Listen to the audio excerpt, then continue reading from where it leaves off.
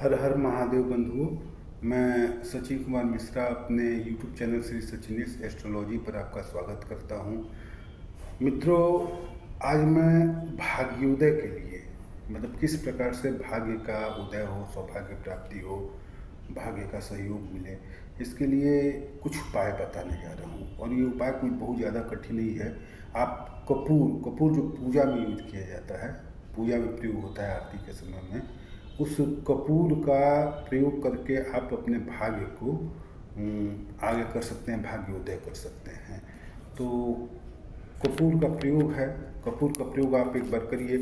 एक सबसे बड़ी बात यह है कि जैसे अगर आप ये सोचें कि हम आज उपाय किए कल आपको फ़ायदा हो जाए, या जो उपाय हम बता रहे हैं उसको करने से अचानक सोने की बारिश होने लगे, पैसे की बारिश होने लगे, आप बिना कुछ किए पैसा कमाने लगे, तो ऐसा कुछ होगा नहीं।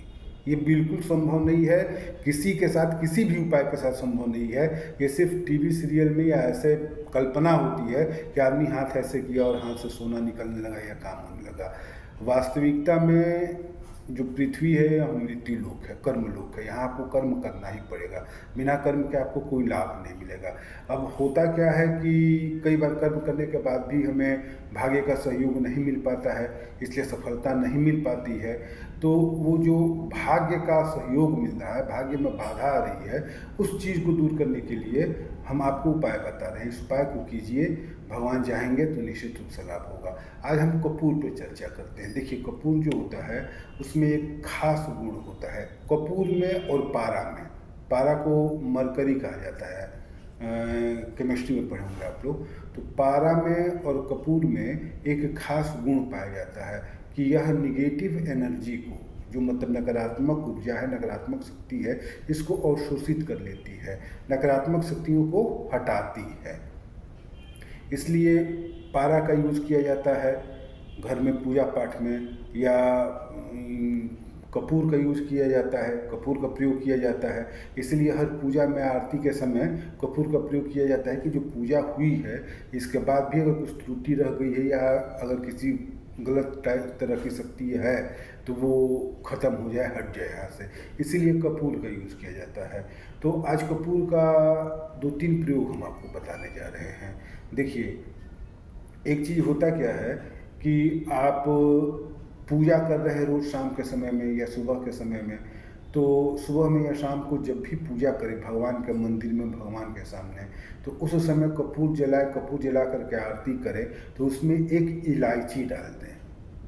उस कपूर में, मतलब कपूर को जलाना है तो कपूर जला करके उसमें इलायची डाल दें, इलायची को जलने दें और आप भगवान की आरती करें। तो इलायची जलाने से क्या होता है कि धन लक्ष्मी योग बनता है। क्यों बनता है? इसके कई कारण हैं। सबसे बड़ी बात यह है कि आयुर्वेदिक औषधियाँ जो भी आयुर्वेदिक चीज़ें हैं, उनको सिर्फ खाने से ही हमें लाभ नहीं मिलता है। उन्हें छूने से, उनके रस से स्नान करने से, उनके धुआं से, जो उनका हवन किया जाता है तो धुआं होता है, इससे मतलब हम लोगों को लाभ मिलता है। तो बस यही चीज़ है कि कपूर में जब आप इलायची जलाते हैं शाम के समय में या सुबह के समय में, तो दिमाग आपका कुछ इस तरीके से काम करना शुरू करता है कि आप पैसा कमाने के बारे में सोचते हैं और पैसा कमाते हैं।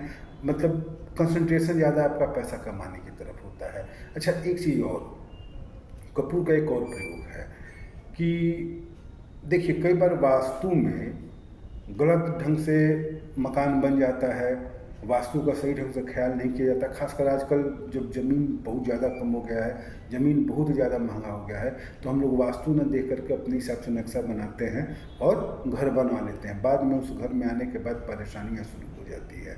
इसमें होता क्या है कि अगर बहुत ज़्यादा वास्तु दोष है तो आपको घर में ऐसा लगेगा कि जैसे कि कोई टहल रहा है, या कोई आकृति आपको चलते हुए दिख जाएगी, या लगेगा कि कोई है मेरे पीछे है।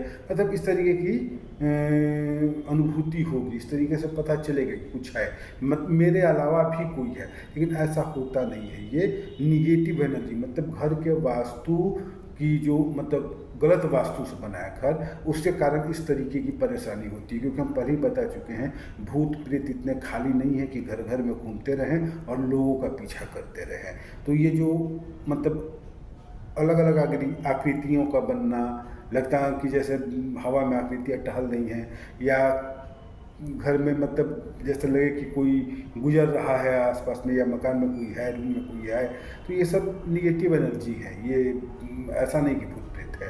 तो इनसे बचने का एक सबसे अच्छा तरीका है जो मेरे गुरुजी ने मुझे बताया है, एकदम अनुभूत प्रिय हुआ, आप करके देखिएगा कि रात को सोते समय बेडरूम में, रात को सोते समय बेडरूम में सिर्फ एक कपूर जलाना है। प्रतिदिन कपूर जलाइए। शुक्रवार से शुरू करिए, रविवार से शुरू कीजिए, सोमवार, मंगलवार, मतलब किसी भी दिन से शुरू कर सकते हैं, शनिवार छोड़ करके। शनिवार और बुधवार छोड़ करके किसी भी दिन से आप कपूर अपने शयन कक्ष में, मतलब बेडरूम में जला सकते हैं। और एक कपूर जलाइए, उसके बाद सो जाइए, कोई उसमें दिक्कत नहीं है।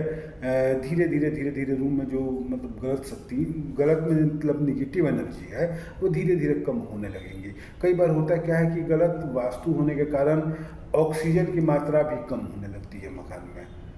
मकान में ऑक्सीजन की मात्रा कम होती है तो सोते समय दिमाग में ऑक्सीजन कम जाता है। कम जाने के कारण हमें तरह तरह का सपना आता है, लगता है कोई गला दबा रहा है, या सांस रुक रहा है, या कोई है जो सीने पर बैठा हुआ है। तो ये सब मतलब भूत प्रेत का प्रकोप नहीं होता है, भूत प्रेत के कारण नहीं होता है, ये ऑक्सीजन की कमी के कारण होता है। तो इन सब चीज़ों में होता क्या कि कपूर अगर आप रोज जलाते हैं तो धीरे धीरे ऑक्सीजन की मात्रा बढ़ती है। ऐसे भी मेडिकल साइंस में आप लोगों को पता होगा कि जब कफ की परेशानी ज़्यादा होती है, या कोरोना काल में कपूर को लोगों के साथ, या ऐसे भी कपूर को सूंघने के लिए बोला गया था कि शरीर का ऑक्सीजन लेवल बढ़े। तो ऑक्सीजन लेवल बढ़ाने में कपूर का बड़ा योगदान होता है, बहुत फ़ायदेमंद होता है। तो एक बार आप इस प्रयोग को करके देखें, धीरे धीरे घर से जो है वो जो निगेटिव शक्तियाँ हैं वो ख़त्म होने लगेंगी। घर में ऑक्सीजन ज़्यादा रहेगा तो दिमाग आपका शांत रहेगा, काम करने का मन करेगा, सही दिशा में दिमाग सोचेगा, और लाभ होगा, भाग्योदय होगा। तो बस आपको यही 2 उपाय करना है कपूर का। एक उपाय है कि सुबह शाम को जब भगवान की आरती कर रहे हैं तो कपूर जलाएं, तो उस कपूर में इलायची डाल दें, इससे लक्ष्मी प्राप्ति होती है। कपूर जला करके उसमें लक्ष्मी, इलायची डालते हैं तो लक्ष्मी प्राप्ति होती है। यह आप पूजा के समय में करेंगे।